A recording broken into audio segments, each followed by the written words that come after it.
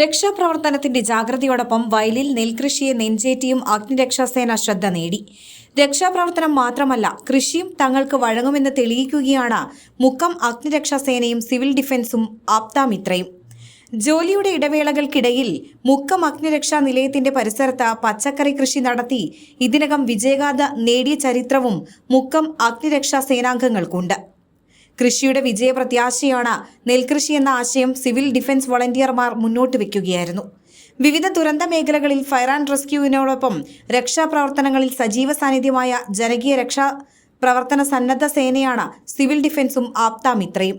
Gwalior റയോൺസിന്റെ ഉടമസ്ഥതയിൽ Mavoor പുഞ്ചപ്പാടത്തെ തരിശുഭൂമിയായ വയലാണ് കൃഷിയോഗ്യമാക്കിയത്. വയലിലുണ്ടായിരുന്ന African പായലും പുല്ലും നീക്കി നിലമൊരുക്കി.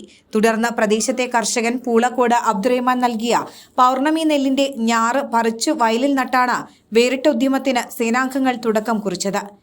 ഞായറാഴ്ച രാവിലെ മുതൽ ഉച്ചവരെയാണ് നെൽകൃഷിയുമായി സിവിൽ ഡിഫൻസ് ആപ്താമിത്ര വോളണ്ടിയർമാർ സേവന സന്നദ്ധരായത്.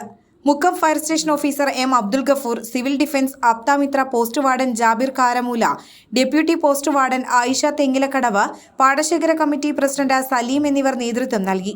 25ഓളം സിവിൽ ഡിഫൻസ് ആപ്താമിത്ര വോളണ്ടിയർമാരാണ് കൃഷിയുമായി എത്തിയത്.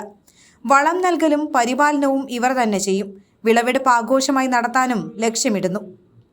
ദുരന്തമുഖങ്ങളിലെ രക്ഷാപ്രവർത്തനങ്ങൾക്കൊപ്പം തരിശുനിലങ്ങൾ കൃഷിയോഗ്യമാക്കി പൊന്നു വിളയിച്ച് സാമൂഹ്യ പ്രതിബദ്ധതയുള്ള വേറിട്ട മാതൃക തീർക്കുകയാണ് സിവിൽ ഡിഫൻസ് ആപ്താമിത്ര വോളണ്ടിയർമാർ.